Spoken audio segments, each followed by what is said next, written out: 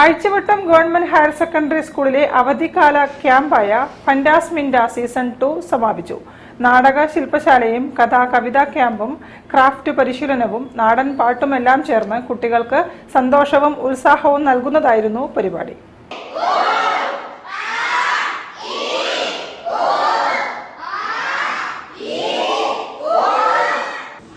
3 ദിവസം നീണ്ടുനിന്ന ക്യാമ്പിന്റെ 1-ാം ദിനം നവീൻ രാജ് നാടക ശില്പശാല നയിച്ചു.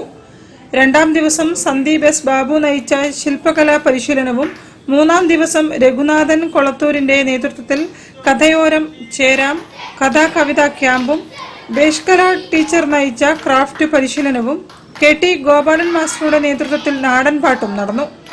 കുട്ടികൾക്ക് നവ്യാനുഭവമായിരുന്നു ഇത്തരം പരിപാടികൾ. ഇനിയും ഇത്തരം ക്യാമ്പുകൾ സംഘടിപ്പിക്കണമെന്നും കുട്ടികൾ ഒന്നടങ്കം ആവശ്യപ്പെട്ടു.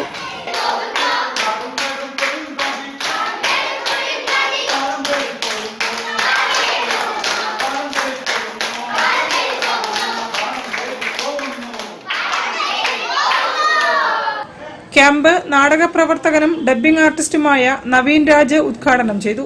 ഹെഡ്മാസ്റ്റർ അശോക് കുമാർ അധ്യക്ഷത വഹിച്ചു.